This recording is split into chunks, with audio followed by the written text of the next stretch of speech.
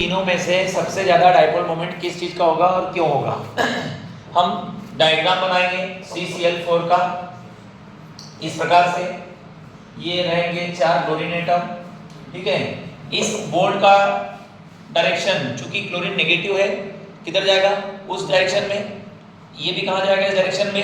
ये भी कहां जाएगा? इस डायरेक्शन में। और ये भी कहां जाएगा? इस डायरेक्शन में। इसका मतलब है कि इसका डाइपोल मोमेंट और इसका डाइपोल मोमेंट दोनों की जो वैल्यू होगी वो वैल्यू क्या रहेगी?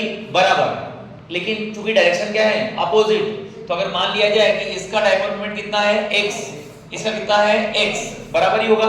इसका भी कितना है? x, इसका भी कितना होगा? x। लेकिन इसका डायरेक्शन कहां जा रहा है आपका? ऊपर। यस, कहां जा रहा है? ऊपर। इसका कहां जा रहा है? नीचे।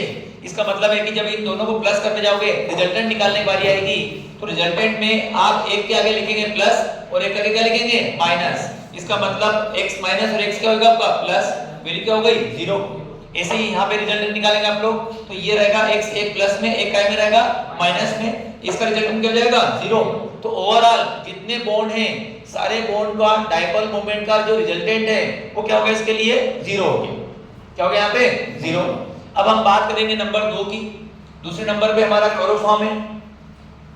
इसका भी डायग्राम आप इस प्रकार से बनाने वाले हैं। यहाँ पे रहेगा H, यहाँ पे रहेगा Cl, यहाँ पे रहेगा Cl, यहाँ पे रहेगा Cl, ठीक है। इसका डायरेक्शन इधर जाएगा, इसका इधर जाने वाला है, इसका इधर जाने वाला है, इसका इधर जाने वाला है, ठीक है। अब इसका मतलब है कि इन दोनों के डायरेक्शन कैसे हैं? सेम। दोनों डायरेक्शन कैसे हैं? सेम। अगर आप इसको x मानते हो, इसको भी x मानते हो, इसको भी x मानते हो, तो कितना मान लेते हैं? y। इसका डाइपोल मोमेंट इस बॉन्ड के लिए कितना मान लिया अपन ने? y। इसका कितना मान लिया तीनों का आपने? x। तो ये वाला x और ये वाला x एक दूसरे के प्रभाव को क्या कर देंगे? कैंसिल कर देंगे। इसकी वैल्यू क्या हो जाएगी? 0। लेकिन इन दोनों को प्लस करने पर x प्लस y हो जाएगा, मतलब कुछ ना कुछ वैल्यू अपने को यहाँ पर मिलेगी, कुछ ना कुछ वैल्यू अपने को मिलेगी।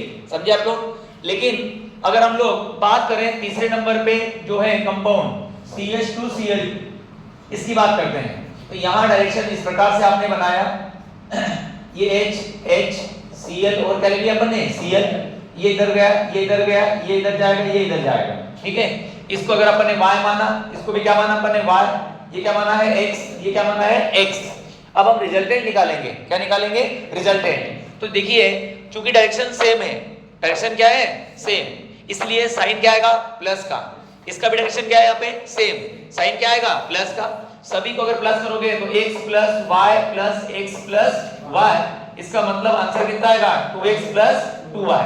तो बताइए इस न्यूमेरिकल वैल्यू को देख के बताइए हाईएस्ट डाइपोल मोमेंट कौन से कंपाउंड का है? CH2Cl2। किसका है? CH2Cl2। तो हम ये कह सकते हैं, डायग्राम ये बनाना पड़ेगा आपको, इस प्रकार का डायग्राम बनाना पड़ेगा अगर 2 नंबर में भी क्वेश्चन आता है तो, कि किस कंपाउंड का डाइपोल मोमेंट हाईएस्ट होगा।